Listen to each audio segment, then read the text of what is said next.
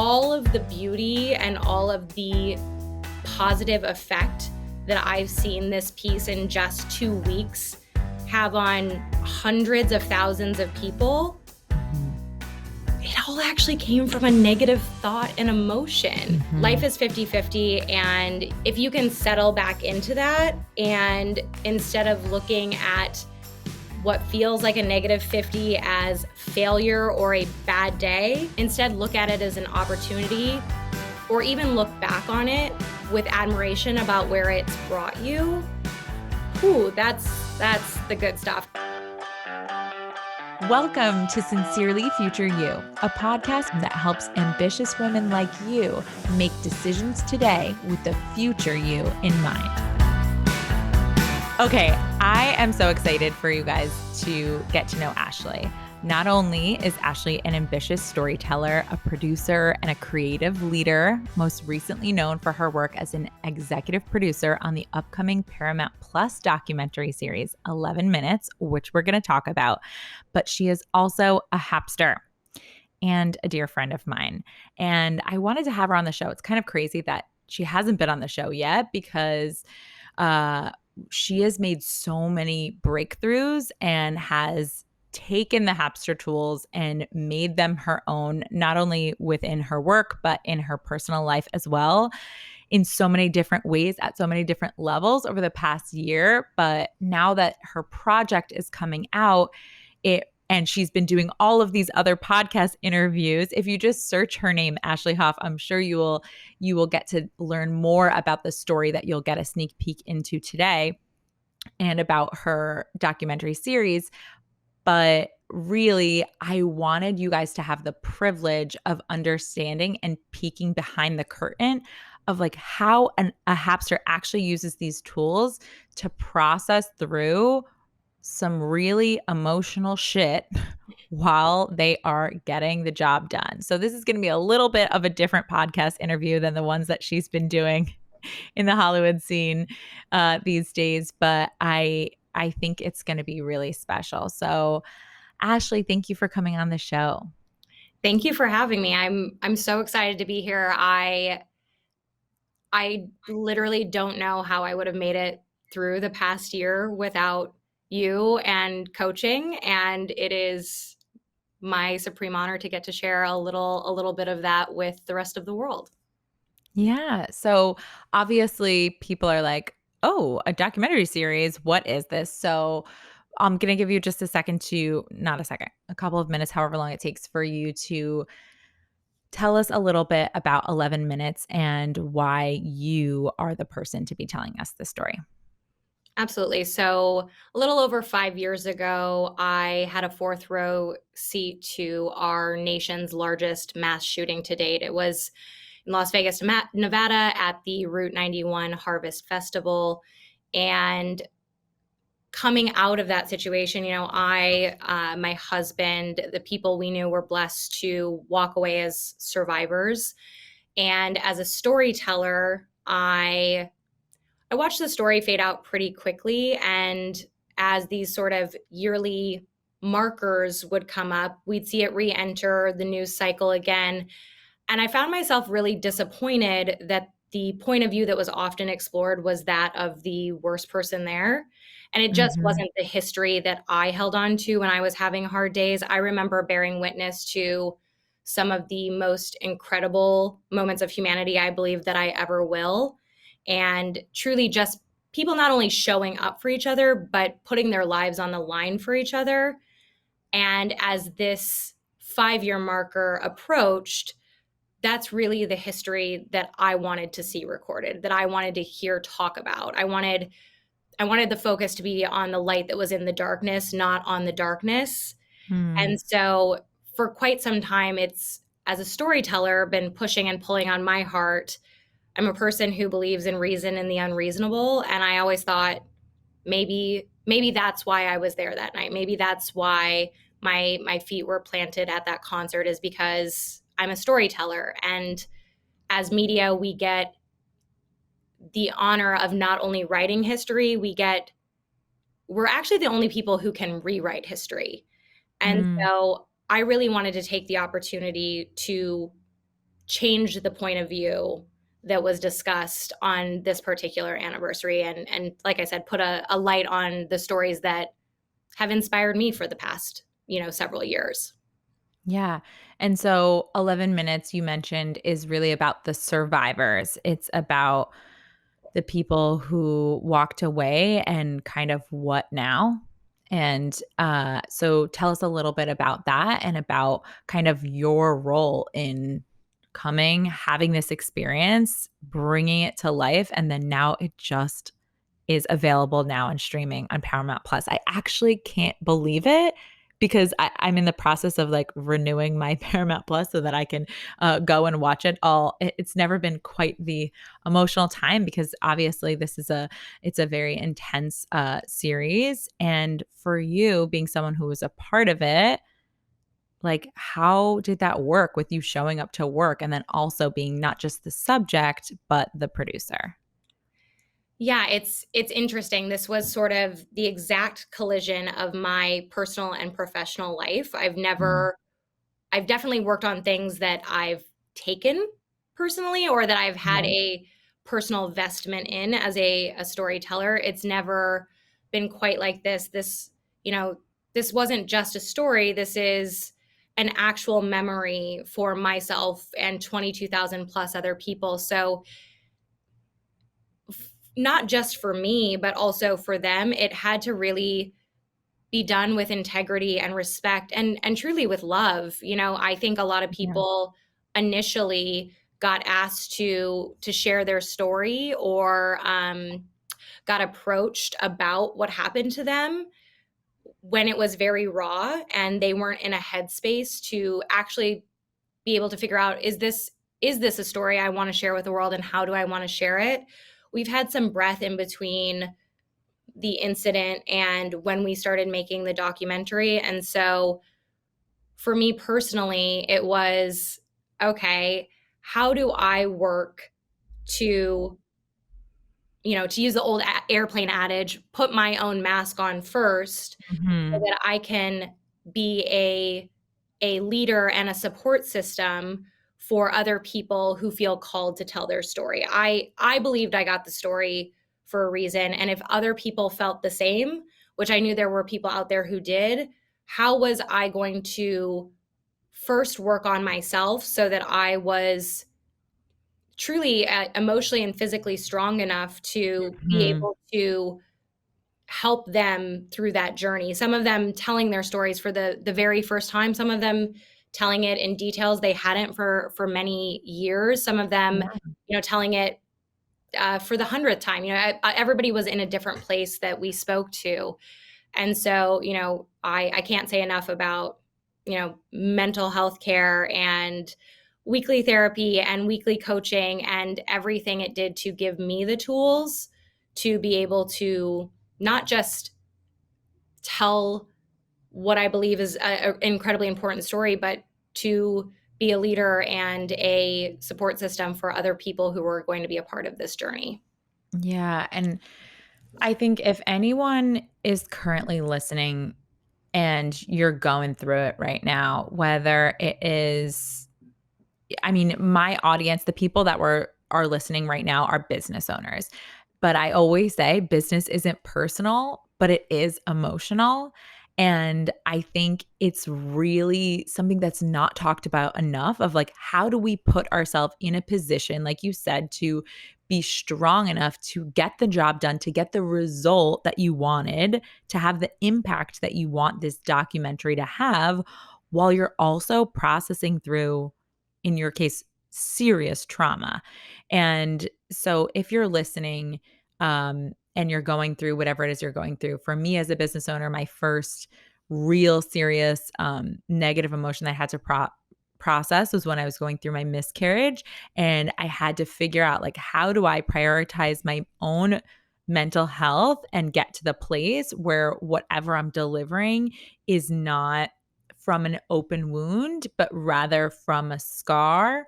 Or how can I get neutral enough to be able to put distance between me and the thing that I'm talking about so that I can remain unbiased? So, obviously, you mentioned a couple of the ways, but what what advice do you have for anyone who is kind of in an emotional, we call it the 50-50, right? But in that negative 50%. Absolutely. I as a person, I'm genuinely an emotional and a heartfelt person. I feel the feels and I feel them real deeply, and uh, you know, from coaching sessions, I have a heart. I'm hard on myself about that. Mm, I a lot of times struggle with is being emotional, especially honestly as a woman. Is it a is it being viewed as a good thing or a bad thing? And I truly believe that I've tried to. I truly believe that I've worked hard to own it as a superpower. And I actually think it was you who said to me, this wasn't a normal thing and would be far more abnormal to pretend it is. And so I think, mhm, what I would encourage others to say is bringing your vulnerability to the table. It only encourages that from other people. It encourages a safe space and it lets them know that you are coming as your authentic self. And I'm not saying like there's a time and a place to keep it professional, but I think mhm, there's something that we struggle with in business form sometimes, which is, you know, do we have to show up and just keep it all together all the time and be this tough cookie? And I mhm, truly think there's a time and a place for both. And I believe that showing up authentically is really what allows other people to feel most comfortable with you and goes a little bit further in the long run. I'll also mention, because I think it was perhaps the thing in the past year that we've talked about that rocked me the most, which is, you know, really incredible things can come from a negative thought or emotion. mhm. And I will never forget the morning you said that to me. And I don't know if I even spoke for like an hour afterwards. I journaled like a crazy person. I Everything about this project came about because I was dissatisfied about the narrative that I heard out there. So truly, if I'm honest, Mhm, all of the beauty and all of the positive effect that I've seen this piece in just 2 weeks have on hundreds of thousands of people, mhm, it all actually came from a negative thought and emotion. mhm, And so it's true. Life is 50-50, and if you can settle back into that, and instead of looking at what feels like a negative 50 as failure or a bad day, instead look at look at it as an opportunity, or even look back on it with admiration about where it's brought you. Whew, that's the good stuff. And I mean, listen, I'm preaching it like I'm an expert right now, but it took me a long time to really be able to reckon with that life lesson. Yeah, I mean, you need to give yourself grace and space, of course. And then it's like balancing that line. Like, I know that it's going to take me time to be able to have the full perspective, but while I'm in it, what can I do to kind of just get myself back to somewhat neutral while I'm trying to process through and add some value? So, talking about the project and the actual work that you were doing, once it got the green light and you knew that you were going to be working on this, can you? I mean, I know that you give us a high level of the what the docuseries covers, but can you tell us a little bit more about your specific story? I know the maybe tell us about the article that, my producers were reading earlier and just saying that they got the chills, that it was so well articulated, that they were right there with you. And I know you're such a brilliant storyteller. I always compliment Ashley on her gifted emotional vocabulary because I say that really it is a skill that helps you experience life at such a deeper level because your emotions are just vibrations in your body that come from a sentence in your brain. And tweaking one of those words a little bit changes your physical experience of it. And so when people were reading the article that you told and your personal experience at the concert, that they were able to actually feel the empathy that is required for people to take action and to have that value add. So just tell us a little bit about that story. Absolutely. So I had attended Route 91 several times. It's what my husband and I did to celebrate our anniversary every year. We are very different people, but Oh, I always had a didn't know that. mutual. Oh, I didn't know that you oh had really? gone like consistently every year. No, I didn't know that. Yeah, no, Wow. we had gone multiple years, honestly, and I always feel a need to shout this out because I know several people who work to put on this festival. It was the Right. best darn time until it wasn't. It was, you think of music festivals, they're often out in the desert or in, I'm from Iowa, they're out in a field somewhere. You're camping, you're dirty, it's like kind of gross. This was the exact opposite. You got a lovely hotel in Vegas and you could easily bop back and forth to the show. And if you weren't a fan of someone or you needed a break, you went to the pool or you went to a nice dinner or you saw another show. It was special. And even the artist would tell you that looking back on that sea of people, holding their cell phone with the Vegas Strip in the background, it was magical. And so Mhm. it was the last night. We had just got done seeing Luke Combs in a very intimate setting. And I remember my husband coming back from the bathroom and snapping a photo of me, which was a part of the article that you referenced. But he said, wow, you look like you're just having like the greatest time. Like I must have just been having a moment. And truly, for me, there's nothing better than a warm night, a cold beer, and dancing with people who are all like feeling the music at a show. Mhm. I sing like a dying cat, so I have mad admiration for any musician. And I was excited. I was excited to go see Jason Aldean. He snapped a photo of me on the way out, and we had went over to the stage. And we had really stood in the same spot year after year. It was on the right hand side of the stage. He's not a fan of getting up close. I grew up in a family that my mom was like, if you can skivvy your way up somewhere, like you Mhm. do it. Like You we didn't do it. pay to watch it on the screen. And so we did. We were standing in the fourth row. The first couple Jason songs occurred, and I heard the chords for my favorite song at the time, which was his big radio hit, "When She Says Baby." And truthfully, right before that, we had heard a couple of popping noises. And I remember turning to Sean and saying, do you think someone brought fireworks in here? Now, this is a music festival on day 3 in Las Vegas, Nevada. So at this point, people had been drinking. It wasn't that outlandish to think Yeah, someone brought yeah. fireworks in. He said maybe it's an ant blowing, and we continued on. I went to take a photo and turn back to him and say, isn't this amazing? And I watched the person behind him get shot in the face. And I dropped my phone, I ripped him to the ground, and we remained there for what would be 3 rounds of shooting before we ended up getting up to run.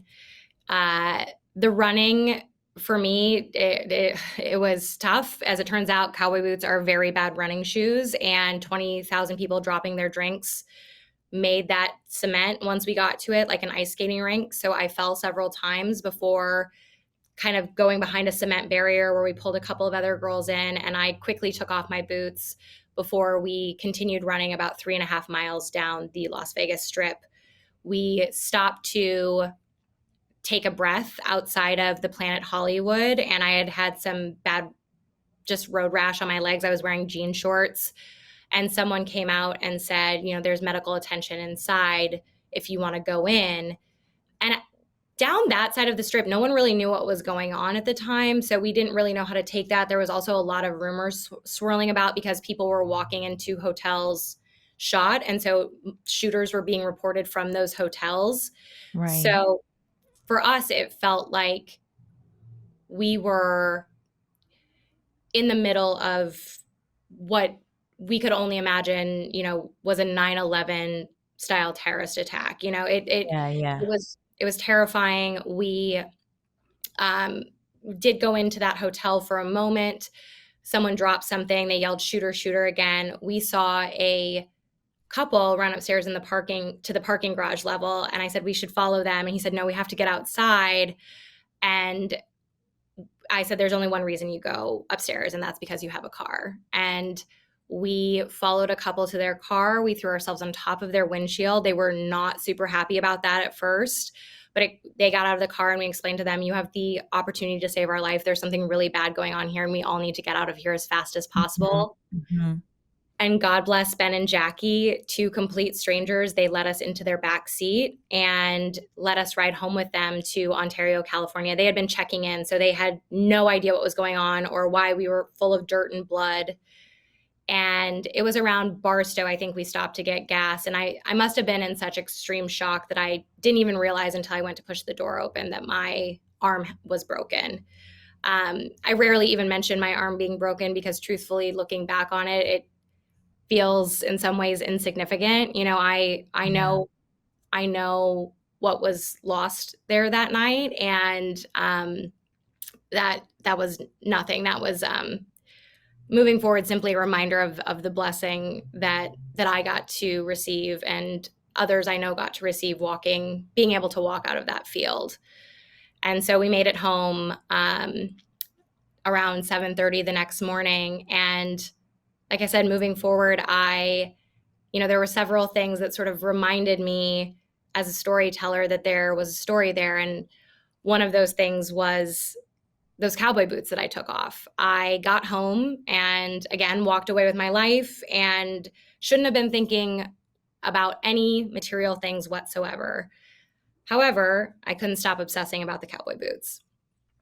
To be clear, they were like 20 some bucks from a local thrift store. There was no family connection. There really wasn't an emotional connection. I thought they were super cute. That was really where it lived. They were comfortable to wear to mhm. concerts, but I couldn't let it go. I called my best friend and that lived in Las Vegas at the time, and he went down to the facility where they were housing a lot of items that had been taken from the field and put into sort of a lost and found system, and they weren't there. And he put me on the phone with an FBI agent who proceeded to tell me that a lot of items had been damaged or they needed to be cleaned.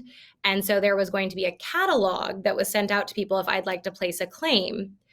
And I near laughed at this woman. I still feel bad about it to this day. I was not in a great place, so I'll give myself a little bit of grace. But I thought in my head, here is the FBI dealing with this nation, wrenching, this huge tragedy, and someone's going to be thinking about cataloging my old thrift store boots. Like, that seemed ridiculous to me. Yeah. But I placed the claim, and then I continued on, and I continued obsessing. I found myself on website after website, trying to figure out who made these boots. And albeit some weeks in, I figured out who the maker was. I tracked down a pair on eBay that were 2 sizes too small. I ordered them. Why? Like, they didn't fit. I knew they didn't fit. But I couldn't stop thinking about it. And I'll never forget setting at work about 8 months later and an email coming in to your email box, which, if you've ever had an email come from the FBI, it's a weird email to receive. You're like, is this spam? I'm unsure. And so I opened it, and there was a link to that catalog that they talked about, thousands of items, I believe 77 pages of shoes alone, 5 pairs on each page, and there on 56 were Wow. those cowboy boots. And 1 month to the day later, an agent personally brought them to my house, and I'll never forget opening that box. And it was the greatest wave of clarity. I knew exactly why I couldn't stop thinking about them. They were the last part of me that was in that field, and they got to come home, but they were also a part of my life-saving miracle, and certainly responsible for my arm being broken, but it was all about space and timing. The only thing that separated what happened to people that night was inches on the ground, and that those times falling changed our trajectory. It changed the trajectory of everyone we came into contact with that night. Mhm. And Mhm. so as a nosy journalist, I started asking the FBI agent, "How'd you get this job? This is so interesting." And he explained to me that a division of the FBI was created specifically to deliver items from mass acts of violence back to survivors and the families of victims. Wow. And we often see the FBI portrayed as very cold and mechanical, and I thought it was so warm, the foresight they had to recognize that these items in the snap of a finger went from ordinary to extraordinary. They became someone's flag of survival. They became someone's closure. For me, that was the moment I truly felt like I could start a new chapter. And for others, they might have become their last something of their someone. It mattered so much. And after Mhm. Debbie, my agent, left, I went back in and I found myself in the catalog. And as I did, the items all of a sudden started to look a little bit different. Mhm. They weren't just items. They were a representation of an incredible human being's story from that night. And as I looked at those thousands of items, I thought there there is such an incredible story to tell here, and it's not the one I see being told.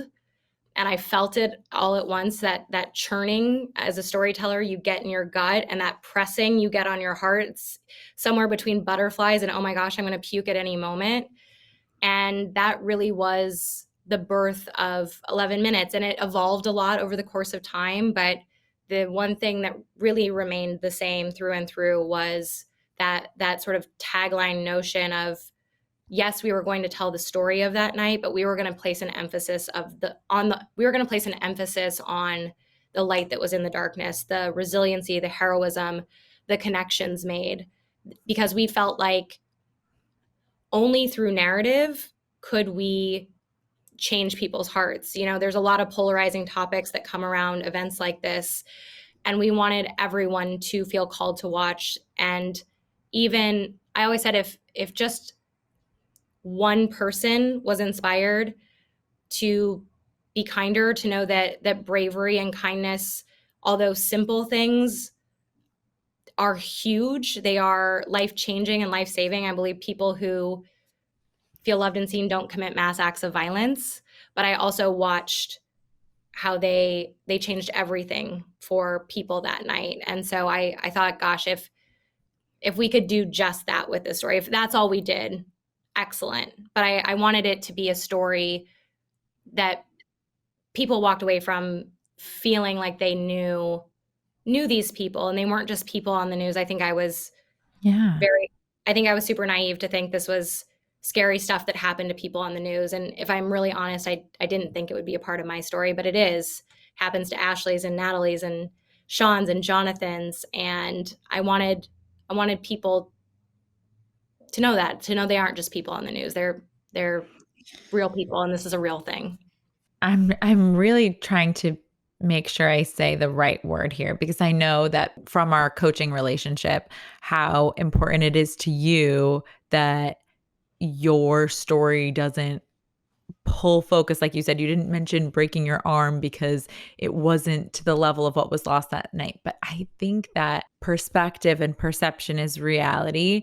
And Yeah. your experience obviously is just as valid of an experience as anyone else's, which is why the survivors, even though Mm. it isn't the story that is the most traumatic and or tragic, still deserves some time and some light shed on it so that they can process through it. And it's so responsible of you to do the work to manage your emotions and your mind to find the story to tell.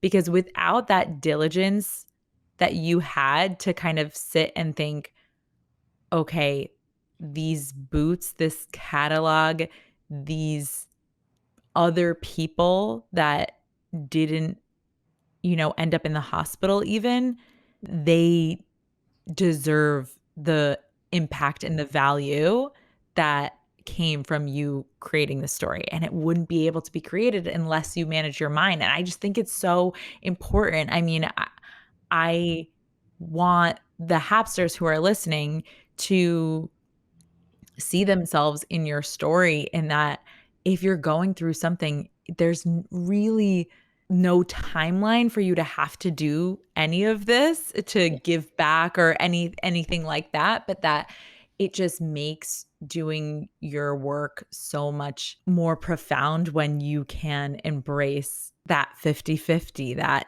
dichotomy of, okay, this was a horrible thing, and also this catalog, which seems so insignificant, is the point. These boots are the point.